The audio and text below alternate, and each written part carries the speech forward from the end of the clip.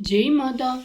ചരണം ശരണം രമാംബികേ, ചരണം ശരണം ത്രയംബകേ. ദിവ്യധാമ അനുഭൂതിയുടെ അപാര വൈഭവം പ്രജ്ഞയിൽ അപ്പോഴും ഉണ്ടായിരുന്നു. ലളിതാംബികയുടെ അനുഭൂതി ഹൃദയത്തിൽ നിറഞ്ഞു നിന്നു. ഈ അന്ധകാരാവൃതമായ മൃത്യുലോകത്തിൽ, ഈ പഞ്ചഭൂതാത്മക ശരീരത്തിൽ എന്തിനു പ്രവേശിക്കണം? ഒരു നിമിഷത്തെ സങ്കോചം. പെട്ടെന്ന് ഹൃദയം വിശ്വവിശാലമായി. ജഗന്മാതാവിൻ്റെ കരുണാർദ്രമായ പ്രേമം കരകവിഞ്ഞൊഴുകുന്ന ഒരു അനുഭൂതി. കഷ്ടപ്പെടുന്ന ജീവരാശിയെല്ലാം എൻ്റെ കുട്ടികൾ. അവരുടെ കണ്ണീരൊപ്പാൻ, അവർക്ക് ആശ്വാസമേകാൻ, അവരെ കൈപിടിച്ച് ധർമ്മപ്രകാശത്തിൻ്റെ പാതയിലേക്ക് കൊണ്ടുവരുവാൻ 1000 പ്രാവശ്യം ശരീരം സ്വീകരിക്കുവാൻ ഞാൻ തയ്യാറാണ്. അമ്മ ഓർത്തു. ഉടനെ അമ്മ ഈ ശരീരത്തിലേക്ക് പ്രവേശിച്ചു. ധ്യാനത്തിൽ നിന്ന് ഉണർന്ന അമ്മയുടെ ഹൃദയത്തിൽ നിന്നും മാതൃഭാവത്തോടെയുള്ള പ്രേമവാത്സല്യം കവിഞ്ഞൊഴുകുവാൻ തുടങ്ങി. കുട്ടികളുടെ ഏത് അപരാധവും ക്ഷമിക്കുന്ന, അവർക്ക് വേണ്ടി എന്ത് കഷ്ടവും സഹിക്കുന്ന, പ്രേമം വിശ്വം മുഴുവൻ പ്രസരിക്കുന്ന മാതൃഭാവം. ലളിതാംബികയുടെ സാക്ഷാത്കാരത്തിന് ശേഷം അമ്മയിൽ മാതൃഭാവത്തിൻ്റെ പ്രഭാവം വളരെ സ്പഷ്ടമായി പ്രകടമാകുവാൻ തുടങ്ങി. 1962 അമ്മ മദുരാശിയിൽ ക്യാമ്പ് ചെയ്തുകൊണ്ടിരിക്കുമ്പോൾ ഒരു സത്സംഗത്തിൽ അമ്മയുടെ ലളിതാംബിക സാക്ഷാത്കാരത്തെക്കുറിച്ച് അമ്മ സംസാരിച്ചതിനെപ്പറ്റി വിശദീകരിക്കുവാൻ സ്വാമിജിയോട് അമ്മ ആവശ്യപ്പെട്ടു. പ്രഭാഷണമധ്യേ സ്വാമിജി പറഞ്ഞു, ലളിതാംബികയുടെ സ്വാനുഭൂതി കൈവന്നതിനാൽ അമ്മയുടെ ഹൃദയത്തിൽ മാതൃഭാവം അതിൻ്റെ പൂർണ്ണതയിൽ പ്രകടമായി. ഉടനെ അമ്മ അത് തിരുത്തി. അങ്ങനെയല്ല, സ്വാനുഭൂതി കൊണ്ട് അമ്മ ലളിതാംബിക ആയതല്ല, അമ്മ ലളിതാംബിക തന്നെ. അമ്മ ലളിതാംബിക ആയതിനാൽ അമ്മയുടെ ഹൃദയത്തിൽ മാതൃഭാവം അതിൻ്റെ പൂർണ്ണതയിൽ പ്രകടമാവുന്നു. നിങ്ങൾ ആത്മാവാകുന്നു, അതിനാൽ നിങ്ങൾ ആത്മാവിനെ സാക്ഷാത്കരിക്കുന്നു. അല്ലാതെ നിങ്ങൾ ആത്മാവിനെ സാക്ഷാത്കരിച്ച ശേഷം ആത്മാവായി തീരുകയല്ല. അമ്മയുടെ തിരുത്തൽ ഭക്തഹൃദയങ്ങളെ സംതൃപ്തരാക്കി. നിർവികൽപ്പ സമാധി, ലളിതാംബിക സാക്ഷാത്കാരം എന്നീ 2 ആത്മീയാനുഭൂതികൾ വഴി സഗുണ നിർഗുണ ഭാവങ്ങളുടെ സ്വാനുഭൂതി പ്രാപ്തമായതോടെ ഇരുളടഞ്ഞ മനുഷ്യ ഹൃദയങ്ങളിലേക്ക് ജ്ഞാനപ്രകാശം എത്തിക്കുവാനും മനുഷ്യരാശിയെ ധർമ്മമാർഗത്തിലേക്ക് കൊണ്ടുവരുവാനും അമ്മയുടെ ഹൃദയം വെമ്പൽ കൊണ്ടു.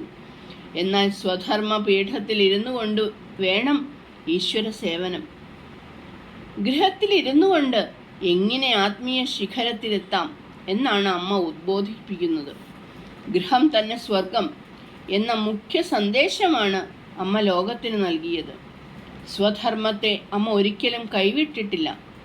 പതിസേവയായിരുന്നു അമ്മയുടെ മുഖ്യധർമ്മം. അമ്മയുടെ ആഹ്വാനം ശ്രദ്ധിക്കുക.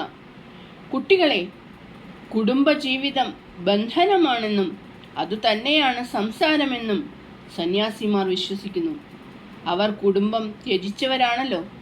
എന്നാൽ ഗൃഹസ്ഥരായ നിങ്ങൾ നിരാശപ്പെടേണ്ടതില്ല. കുടുംബമല്ല സംസാരം. ഭാര്യയോ കുട്ടികളോ ഗൃഹമോ സമ്പത്തോ നിങ്ങളെ ബന്ധിക്കുന്നില്ല. ഇവയിലുള്ള മോഹമാണ് സംസാരപാശം.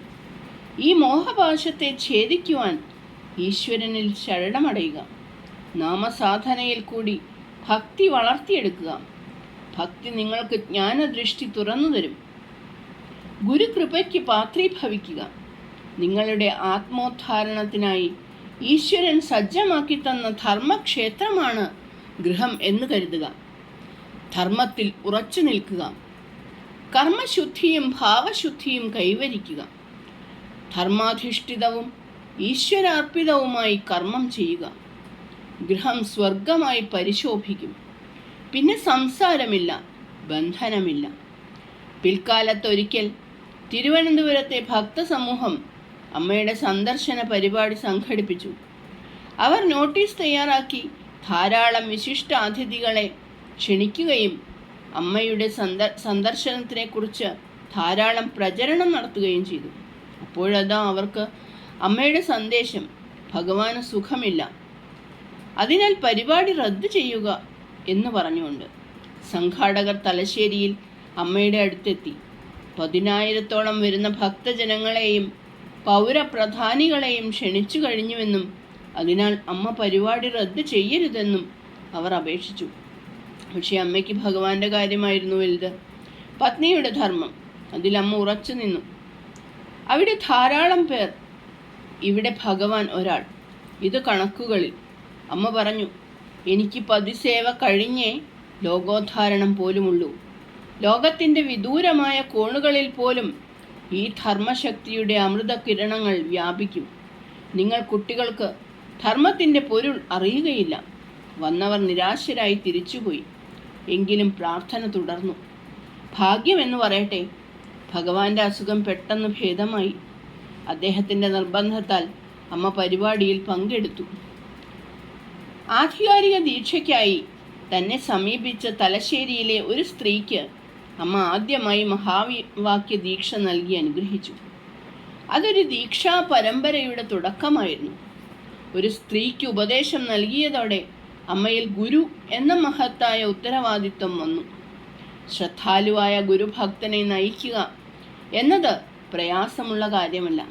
എന്നാൽ അമ്മയുടേതോ വാസനാബദ്ധമായ ഒരു മനസ്സിനെ ധർമ്മമാർഗത്തിൽ കൂടി ആനയിച്ച് സത്യത്തിൻ്റെ സന്നിധിയിലെത്തിക്കുക എന്നത് വളരെ ദുഷ്കരമായ ഒരു കൃത്യം. എങ്കിലും സഹതാപവും സ്നേഹവുമല്ലാതെ സംഘർഷം അമ്മയിൽ ഒരിക്കലും ഉണ്ടായിരുന്നില്ല. 1000 പ്രാവശ്യം ഉപദേശിക്കുവാനുള്ള സന്നദ്ധതയും ക്ഷമയും കൊണ്ടാണ് അമ്മ വന്നത്. ശരണമടഞ്ഞവനെ ഏതു പാതാളത്തിൽ നിന്നും കരകയറ്റുവാൻ ഈശ്വരരൂപിയായ ജഗദ്ഗുരുവിന് കഴിയും. എന്നാൽ ഞാനൊരു ഗുരുവാണെന്ന ഭാവം അമ്മയിൽ ഒരിക്കലും ഉണ്ടായിരുന്നില്ല. ഈശ്വരൻ മാത്രം ഗുരു. എന്നിലൂടെ ഈശ്വരൻ കുട്ടികൾക്ക് ഉപദേശം നൽകുന്നു, മാർഗം കാണിച്ചു കൊടുക്കുന്നു, അവരെ അനുഗ്രഹിക്കുന്നു. ഇതായിരുന്നു അമ്മയുടെ ഭാവം. സാധക ലോകത്തിന് മാത്രമല്ല, ഗുരുക്കന്മാർക്ക് കൂടി ആവേശം പകരുന്ന വിനയം അമ്മയിൽ സഹജമായി ഭവിച്ചിരുന്നു.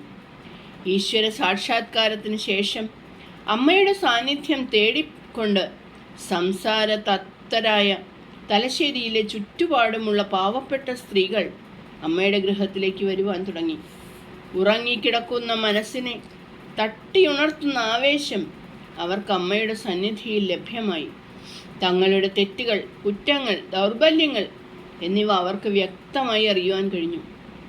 അമ്മ മംഗലാപുരത്തുള്ള പിതൃഗൃഹത്തിൽ എത്തിയാൽ പിതാവ് ഗോപാലകൃഷ്ണ ഷേണായിയുടെ ചില സുഹൃത്തുക്കൾ അമ്മയെ കണ്ട് ഉപാസനയിലും ഭക്തിമാർഗത്തിലുമുള്ള ചില സംശയങ്ങൾ ചോദിക്കുവാൻ എത്തുമായിരുന്നു. ഒരിക്കൽ രാമചന്ദ്ര പ്രഭു എന്നയാൾ അവിടെ എത്തി അമ്മയോട് സംശയങ്ങൾ ആരാഞ്ഞു. സഗുണ ബ്രഹ്മം ഇന്ദ്രിയ പ്രത്യക്ഷമാണോ? സമാധിയിലെ അനുഭൂതി എന്താണ്? യോഗസമാധിയും ഭക്തിയിലെ ഭാവസമാധിയും ഒന്നാണോ? ജപസാധനയിൽ കൂടി സാക്ഷാത്കാരം പ്രാപിക്കുക സാധ്യമാണോ? ഇത്തരം സംശയങ്ങളായിരുന്നു പ്രഭുവിൻ്റേത്. വളരെ ഗഹനമായ ഈ ചോദ്യങ്ങൾക്ക് വലിയ ഗാംഭീര്യത്തിലായിരിക്കും അമ്മ ഉത്തരം നൽകുക എന്ന് അദ്ദേഹം പ്രതീക്ഷിച്ചു. എന്നാൽ അമ്മയോ വിസ്മയകരമായ ലാളിത്യത്തോടെ, നറും പുഞ്ചിരിയോടെ, കുശല പ്രശ്നത്തിൻ്റെ ലാഘവത്തോടെ, ചെറിയ ഭാഷണത്തിൽ എല്ലാറ്റിനും ഉത്തരം നൽകി. പെട്ടെന്ന് അമ്മയുടെ സംഭാഷണം നിലച്ചു. ചുറ്റും ശാന്തിയെ പ്രസരിപ്പിച്ചുകൊണ്ട് അമ്മ സമാധിസ്ഥയായി. അദ്ദേഹം അമ്മയെ മാത്രമല്ല, പരാശക്തി മകളായി ജന്മമെടുത്തത് അങ്ങയുടെ ഭാഗ്യമാണെന്ന് ഷേണായിയെയും പ്രശംസിച്ചു. മറ്റൊരിക്കൽ മാരുതി റാവു എന്നയാൾ അമ്മയോട് ചോദിച്ചു, അങ്ങ് ശ്രീരാമചന്ദ്രനെ ദർശിച്ചിട്ടുണ്ടോ എന്ന്. അമ്മ മറുപടി നൽകി, ഉണ്ട്, സഗുണമായും നിർഗുണമായും വിളങ്ങുന്ന എൻ്റെ രാമനെ. കൂടെ ഉണ്ടായിരുന്ന ചിലർ തമാശ രൂപത്തിൽ അപ്പോൾ ചോദിച്ചു, അങ്ങ് രാമനെ കണ്ടു എന്ന് പറയുന്നത് മനസ്സിൻ്റെ ഒരു വിഭ്രാന്തിയോ ഭാവനയോ ആയിക്കൂടെ? തൻ്റെ മുഖത്തെ പ്രസന്നതയ്ക്ക് ഒട്ടും മങ്ങലേൽക്കാതെ അമ്മ പറഞ്ഞു, നിങ്ങളെയൊക്കെ ഞാൻ കാണുന്നതും നിങ്ങളെന്നോട് സംസാരിക്കുന്നതും മനസ്സിൻ്റെ ഭാവനയാണോ? എങ്കിൽ എൻ്റെ രാമദർശനവും രാമനോട് സംസാരിച്ചതും ഭാവന തന്നെ. എന്നാൽ നിങ്ങളെ കാണുന്നതിനേക്കാൾ സ്പഷ്ടമായി ഞാൻ രാമനെ കണ്ടുകൊണ്ടിരിക്കുന്നുമുണ്ട്. ഇവിടെ കണ്ടു എന്നത് സഗുണദർശനത്തെയും കണ്ടുകൊണ്ടിരിക്കുന്നു എന്നത് നിർഗുണാനുഭൂതിയെയും സൂചിപ്പിക്കുന്നു. ഇങ്ങനെ ചില സാധകന്മാർക്ക് അമ്മയുമായുള്ള സത്സംഗത്തിൽ നിന്ന് സാധനയ്ക്ക് വേണ്ടതായ മാർഗനിർദ്ദേശങ്ങൾ കിട്ടിക്കൊണ്ടിരുന്നു. എന്നാൽ അമ്മ മംഗലാപുരത്തെത്തുമ്പോഴേക്കും ഒരദൃശ്യ ശക്തിയുടെ പ്രേരണയാൽ ചില സ്ത്രീകൾ അവിടെ ദർശനാർത്ഥം എത്തിച്ചേരും. ദുഃഖാർത്തരായവരും സംസാരത്തിലെ പ്രശ്നങ്ങൾ അലട്ടിക്കൊണ്ടിരിക്കുന്നവരും അവരിലുണ്ടാവും. അവർ സത്യാന്വേഷികളോ സാധകരോ അല്ല, ആർത്തഭക്തകളായിരുന്നു. അവരിൽ അമ്മ പ്രത്യേകമായി കരുണ ചൊരിയും. അവരോട് ശ്രീരാമനാമം ജപിക്കുവാൻ പറയും. നാമമഹിമയെപ്പറ്റി ഉപദേശിക്കും. കൂടാതെ തൻ്റെ കരസ്പർശവും ആലിംഗനവും അവർക്ക് നൽകും. അതോടെ അവരുടെ ദുഃഖവും ഹൃദയഭാരവും അകലും. അവരുടെ ജാതിയോ കുടുംബചരിത്രമോ അമ്മ അന്വേഷിക്കാറില്ല. അമ്മ നിർലോഭം പ്രേമം ചൊരിയും. അത് അവർക്ക് ആശ്വാസവും ആനന്ദവും നൽകും. അവരുടെ ഹൃദയം അമ്മയിലെ പ്രേമത്താൽ പാരവശ്യമാവും. അമ്മയുടെ ദർശനത്തിനായുള്ള അഭിലാഷം അവരിൽ ഉണ്ടാവുമ്പോൾ അമ്മയ്ക്ക് മംഗലാപുരത്ത് പോകണമെന്ന പ്രേരണ വരും. ഇപ്പോൾ അമ്മ മംഗലാപുരത്ത് പോകുന്നതിൻ്റെ രഹസ്യം തന്നെ ഭക്തരെ അനുഗ്രഹിക്കുക എന്നതായി. ഭഗവാന്റെ ജ്യേഷ്ഠൻ്റെ ഭാര്യയാണ് ചെഡ്ഡമ്മ എന്ന സ്ത്രീ.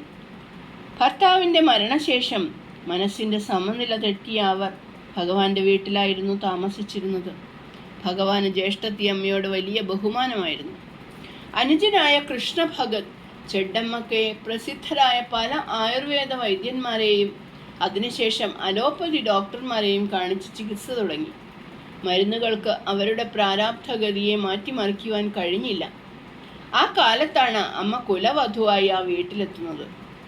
ഉന്മാദിനിയായ ആ സ്ത്രീയെ പരിചരിക്കുന്ന കാര്യം അമ്മ ഏറ്റെടുത്തു. അമ്മയ്ക്ക് ഒട്ടും ഭയസങ്കോചങ്ങൾ ഉണ്ടായിരുന്നില്ല. ചെഡ്ഡമ്മക്കയും വളരെ പെട്ടെന്ന് തന്നെ അമ്മയോട് സ്നേഹം പുലർത്തി. രാധ എന്നായിരുന്നു അവർ അമ്മയെ വിളിച്ചിരുന്നത്. ചെഡ്ഡമ്മക്കയെ കുളിപ്പിക്കുന്നതും ഭക്ഷണം കഴിപ്പിക്കുന്നതും വീശി ഉറക്കുന്നതും എല്ലാം അവരുടെ പ്രിയപ്പെട്ട രാധ തന്നെ. വിശ്രമവേളകളിൽ അമ്മ അവരെ കൊണ്ട് രാമനാമം ജപിപ്പിക്കും. അർത്ഥശൂന്യമായ നോട്ടത്തോടെ അവർ അമ്മയെ അനുസരിക്കും. അമ്മയുടെ ദിവ്യ സമ്പർക്കത്താലും പരിചരണത്താലും മനോരോഗിണിയായ ചെഡ്ഡമ്മക്ക വളരെ സുഖം പ്രാപിച്ചു വന്നിരുന്നതാണ്. എന്നാൽ ഒരിക്കൽ സ്ഥിതി പെട്ടെന്ന് വഷളായി. ആരോടും അധികം സംസാരിക്കാതിരുന്ന അവർ പെട്ടെന്ന് വായിൽ തോന്നിയതെല്ലാം ഉറക്കെ വിളിച്ചു പറയുവാൻ തുടങ്ങി. രാധ വന്നാൽ മാത്രം ശാന്തമാവും.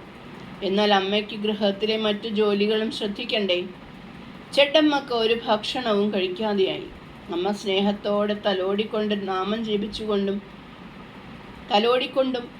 ജപിച്ചുകൊണ്ടും അടുത്തിരിക്കും. നിർബന്ധിക്കുമ്പോൾ മാത്രം ഒരു ഗ്ലാസ് കാപ്പി കുടിക്കും. അവരിൽ ക്ഷീണം വർദ്ധിച്ചു വരുവാൻ തുടങ്ങി. അമ്മ അവരുടെ അടുത്തിരുന്ന് നമുക്ക് രാമനാമം ജപിക്കാം എന്ന് പറഞ്ഞ് ശ്രീരാമ മന്ത്രം മധുരസ്വരത്തിൽ പാടി. ഏതോ മാന്ത്രിക വലയത്തിൽ പെട്ടതുപോലെ അവരുടെ മുഖഭാവം മാറി. കൃഷ്ണ കൃഷ്ണ കൃഷ്ണ എന്ന് അവർ ഉറക്കെ പറയുവാൻ തുടങ്ങി. അകത്തുണ്ടായിരുന്ന ഭഗവാൻ കൃഷ്ണഭഗത്ത് ഓടി വന്നു. അവർ തന്നെയാണോ വിളിച്ചത്? അദ്ദേഹം സംശയിച്ചു. അവർ ഇത്ര ഉറക്കെ വിളിക്കാറില്ല. വന്ന് നോക്കിയപ്പോൾ അമ്മയുടെ മുഖത്ത് തന്നെ നോക്കിയിരിക്കുന്ന ജ്യേഷ്ഠത്തിയെയാണ് ഭഗവാൻ കണ്ടത്. ചെഡ്ഡമ്മക്ക പറയുകയാണ്, രാധേ, ഞാൻ കൃഷ്ണനെ കണ്ടു. നിന്റെ അതേ മുഖമുള്ള കൃഷ്ണൻ. നീ തന്നെയാണോ കൃഷ്ണൻ? അമ്മ മറുപടി നൽകി. അതേ ചെഡ്ഡമ്മക്ക, രാധയും കൃഷ്ണനും ഒന്നാണ്. ദ്വയാർത്ഥത്തിലുള്ള ആ വചനം ആ ആത്മാവിനുള്ള ദീക്ഷയായിരുന്നുവോ? അന്നു മുതൽ അവരിൽ മാറ്റങ്ങൾ കണ്ടു തുടങ്ങി. അവർ ഭക്ഷണം കഴിക്കുവാൻ തുടങ്ങി. ദിവസവും രാമനാമം ജപിക്കും. ക്രമേണ അവർ സാധാരണ നിലയിലെത്തി. മരുന്നുകളെ കൊണ്ട് മാറ്റാൻ കഴിയാതിരുന്ന അവരുടെ രോഗം രാധ മാറ്റിയെടുത്തു എന്ന് ആളുകൾ പറയുവാൻ തുടങ്ങി. കാലങ്ങൾ മാറി മറഞ്ഞു. അമ്മയുടെ തപസ്സും ബ്രഹ്മാനുഭൂതിയും കഴിഞ്ഞ് അമ്മ പരമഗുരുവായി വിരാജിക്കുന്നു. അമ്മയുടെ സമ്പർക്കം ചെഡ്ഡമ്മക്കയിൽ കൂടുതൽ സ്വാധീനം ചെലുത്തി. വർഷങ്ങൾ പിന്നെയും കഴിഞ്ഞു. ചെഡ്ഡമ്മക്കയെ വാർദ്ധക്യം പിടികൂടി. അപ്പോഴും അമ്മ തന്നെ അവരെ ശുശ്രൂഷിക്കുന്നു. സാധാരണ ഗുരുവിനെ ശിഷ്യവൃന്ദമാണ് സേവിക്കേണ്ടതും ശുശ്രൂഷിക്കേണ്ടതും. എന്നാൽ പരമഗുരു ഇവിടെ ഇതാ പതിദേവനെയും തന്നെ തേടിയെത്തി തന്നിൽ ശരണമടഞ്ഞ ശിഷ്യരെയും ശുശ്രൂഷിക്കുന്നു. കേവലം ഗൃഹസ്ഥധർമ്മമായി അമ്മ അതിനെ കരുതി. ചെഡ്ഡമ്മക്കയുടെ അന്ത്യദിനം അമ്മ മുൻകൂട്ടി അറിഞ്ഞു. അന്ന് അമ്മ ആഹാരമൊന്നും കഴിച്ചില്ല, തുളസി തീർത്ഥം മാത്രം. അമ്മ അവരുടെ അടുത്തു തന്നെ ഇരുന്നു. ഭഗവാൻ ഇടയ്ക്കിടെ വന്നു നോക്കും. ചെഡ്ഡമ്മക്കയുടെ വിവരം അറിയുവാനും മരണത്തിനു മുമ്പ് അവരെ ഒരു നോക്ക് കാണുവാനും പലരും അവിടെ വന്നു. ആരും ഒന്നും സംസാരിച്ചില്ല. ആ ഗൃഹം മൗന നിലയമായി. കിടന്നുകൊണ്ടിരിക്കുന്ന ചെഡ്ഡമ്മക്കയുടെ ഹൃദയത്തിൽ അമ്മ തൻ്റെ കൈത്തലം വെച്ചു. അമ്മ അവരെ തന്നെ നോക്കിയിരിക്കെ ചെഡ്ഡമ്മക്ക കണ്ണു തുറന്ന് അമ്മയെ നോക്കി. ആ ജീവാത്മാവ് ജീവേശ്വരിയെ ഒന്ന് നോക്കി. പെട്ടെന്ന് അവരുടെ കണ്ണുകൾ തിളങ്ങി, മുഖത്ത് ആനന്ദം പ്രസരിച്ചു. അവർ കൈകൂപ്പിക്കൊണ്ട് വിളിച്ചു, കൃഷ്ണ കൃഷ്ണ. 2 നിമിഷം കഴിഞ്ഞു. പിന്നെയും സ്തുതിച്ചു, അമ്മേ അമ്മേ എന്ന്. കഴിഞ്ഞു. ആ കണ്ണുകൾ അടഞ്ഞു. 80 വർഷം കൊണ്ടു നടന്ന ശരീരത്തിൽ നിന്നും ആ ജീവാത്മാവ് പരമേശ്വരിയുടെ പാദകമലങ്ങളിൽ ലയിച്ചു. പരമപദം പൂകി. അമ്മ നിർവികൽപ്പ സമാധി പ്രാപ്തമാക്കിയതിൻ്റെ ശേഷമുള്ള ആദ്യ 2 വർഷം വീണ്ടും സഗുണത്തിൻ്റെ മണ്ഡലത്തിൽ തന്നെ വിരാജിച്ചു. ജ്ഞാനവും പ്രേമവും അഭേദമായി അമ്മയിൽ വിളങ്ങി. പ്രേമമാണ് ഈശ്വരൻ എന്ന് അമ്മ പ്രഖ്യാപിച്ചു. ശ്രീകൃഷ്ണ ദർശനം പലപ്പോഴായി അമ്മയ്ക്ക് ലഭിച്ചു. അമ്മയിൽ നിന്ന് നിർഗളിക്കുന്ന ഒരു ദിവ്യപ്രകാശം കൃഷ്ണ സ്വരൂപമായി മാറുന്നു. ഉണ്ണിക്കണ്ണൻ അമ്മയുടെ സാരിത്തുമ്പ് പിടിച്ച് അവിടങ്ങളിലെല്ലാം നടന്ന കുസൃതി കാട്ടും. ഒരു ദിവസം എന്തോ കാര്യത്തിനായി ഭഗവാൻ അമ്മയെ വിളിച്ചു. അമ്മ പോകാൻ പുറപ്പെട്ടപ്പോൾ അതാ അമ്മയുടെ ഹൃദയത്തിൽ നിന്നും ഒരു ഉജ്ജ്വല നീലപ്രകാശം ബഹിർഗമിക്കുന്നു. ബാലഗോപാലൻ വശ്യമായ പുഞ്ചിരി തൂകി നിൽക്കുന്നു. കണ്ണൻ അമ്മയുടെ മാർഗത്തിൽ നിൽക്കുന്നു. അത്യന്തം പ്രേമഭാവത്തോടെ ആദരവോടെ തൊഴുതുകൊണ്ട് അമ്മ പറഞ്ഞു, പരമാത്മൻ നിസ്പൃഹന്മാരായ ശുഗമുനിയെ പോലുള്ളവർ പോലും കാണാൻ കൊതിക്കുന്ന അതിദുർലഭനായ തിന്തിരുവടി വളരെ സുലഭനായി എനിക്ക് ദർശനം നൽകുന്നു. എന്നാൽ ഭഗവാനെ, ഈ രൂപസാഗരത്തിൽ ആണ്ടു മുങ്ങുവാൻ ഇപ്പോൾ എനിക്ക് സാധ്യമല്ല. എന്നെ ധർമ്മം മാടി വിളിക്കുന്നു. ഉടനെ ഭഗവാൻ ഒരു മഹാപ്രകാശമായി അമ്മയിൽ തന്നെ ലയിച്ചു. ഒരു ദിവസം ഭഗവാൻ ഊണ് കഴിഞ്ഞ് വരാന്തയിൽ വിശ്രമിക്കുന്നു. അമ്മ മുറിയിൽ ധ്യാനത്തിനായിരുന്നു. ധ്യാനം ആരംഭിച്ചിട്ടില്ല. അപ്പോഴതാ മുഖത്ത് പുളകം കൊള്ളിക്കുന്ന ഒരു സ്പർശം. 3 വയസ്സുള്ള ഉണ്ണിക്കണ്ണൻ. അമ്മയിൽ പെട്ടെന്ന് യശോദയുടെ ഭാവം വന്നു. കണ്ണനെ വാരി പുണർന്ന് മടിയിലിരുത്തി. തൽക്ഷണം അമ്മ സമാധിയിൽ ലയിച്ചു. അന്നത്തെ സമാധി ദീർഘനേരം നിന്നു. അടുത്ത ദിവസങ്ങളിലൊക്കെ അമ്മയിൽ യശോദാഭാവം തന്നെ. വീട്ടിൽ ഭഗവാന് ഭക്ഷണം നൽകുമ്പോഴും ആ ഭാവം തന്നെ. അവിടുത്തെ വേലക്കാരികൾക്ക് പോലും അമ്മയിലെ ഭാവമാറ്റം അനുഭവമായി. ഭക്തകൾ വരുവാൻ തുടങ്ങിയപ്പോഴാണ് അമ്മയിൽ ശ്രീകൃഷ്ണ ഭാവം പ്രകടമാകുവാൻ തുടങ്ങിയത്. അതുവരെ ശ്രീകൃഷ്ണ ലീലകളുടെ പ്രത്യക്ഷ ദർശനമായിരുന്നു അമ്മയുടെ ചിത്തത്തെ സമാധിയിൽ ആമഗ്നയാക്കിയത്. ഒരു കൊച്ചുകുട്ടിയുടെ നിർമ്മല മനസ്സായിരുന്നു അമ്മയുടേത്.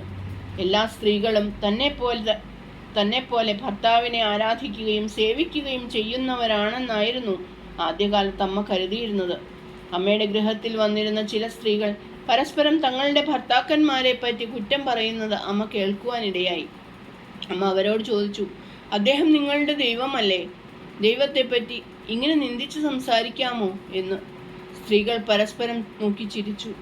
പാവം കൊച്ചുകുട്ടിയുടെ നിഷ്കളങ്കത എന്ന് പറഞ്ഞുകൊണ്ട് തുടർന്നു. സന്ധ്യയായാൽ മദ്യപിച്ചു വന്ന് എന്നെ ശകാരിക്കുകയും വീട്ടിൽ ബഹളം വയ്ക്കുകയും ചെയ്യുന്ന ഒരാളെ ദൈവമായി പൂജിക്കുവാനോ? അമ്മ ഒന്നും മിണ്ടിയില്ല. വർഷങ്ങൾക്ക് ശേഷം ശിഷ്യഗണം വരുവാൻ തുടങ്ങിയപ്പോൾ അവരുടെ മനസ്സിലെ നേരിയ സ്പന്ദനം പോലും അമ്മ അറിയുവാൻ തുടങ്ങി. അതൊരു സിദ്ധിയാണെന്ന് അമ്മയ്ക്ക് മനസ്സിലായി. ഉടനെ അമ്മ പ്രാർത്ഥിച്ചു, ദേവാ, എനിക്ക് എൻ്റെ കുട്ടികളെ സ്നേഹിക്കണം. അവരുടെ ദോഷവശം എനിക്ക് കാണണ്ട. അമ്മയുടെ ഒരു പ്രവചനം ഇതാ. കുട്ടികളെ, അമ്മയുടെ മനസ്സിൻ്റെ സ്വാഭാവിക പ്രവണത ബ്രഹ്മലയമാണ്. എന്നാൽ നിങ്ങളോടുള്ള അമ്മയുടെ സ്നേഹം മനസ്സിനെ ഈ പ്രപഞ്ചതലത്തിൽ നിർത്തുന്നു. പരാശക്തിയുടെ ആവിർഭാവ രഹസ്യം ആദ്യമായി അറിഞ്ഞ ശിഷ്യ സമൂഹം തലശ്ശേരിയിലെ പാവപ്പെട്ട സ്ത്രീകളായിരുന്നു. അമ്മയുടെ സമുദായമായ ഗൗഡ സാരസ്വത ബ്രാഹ്മണ സമുദായത്തിൽപ്പെട്ട അവർ വേദങ്ങളോ ഉപനിഷത്തുകളോ പഠിച്ചവരല്ല. ദുഃഖവും ദുരിതവും നിറഞ്ഞ ജീവിതം നയിച്ച അവരെ ആകർഷിച്ചത് അമ്മയിലെ പ്രേമമായിരുന്നു. ബ്രഹ്മാനുഭൂതിയുടെ അപ്രതിരോധ്യമായ പ്രകാശവും ഈശ്വര പ്രേമത്തിൻ്റെ വശ്യശക്തിയും ഒന്നിച്ച് അമ്മയിൽ വിളങ്ങിയപ്പോൾ കൂടുതൽ സ്ത്രീകൾ അമ്മയിലേക്ക് ആകർഷിക്കപ്പെട്ടു. അങ്ങനെ 1940 മുതൽക്കാണ് അമ്മ മഹാവാക്യ ദീക്ഷ നൽകുവാൻ തുടങ്ങിയത്. 1 വർഷം പിന്നിടുമ്പോഴേക്കും അമ്മയുടെ ശിഷ്യ സമൂഹത്തിൽ മറ്റു ജാതിയിലുള്ള സ്ത്രീകളുമുണ്ടായി. ചരണം ശരണം രമാംബികേ, ചരണം ശരണം ത്രയംബകേ. ജയ് മാതാ.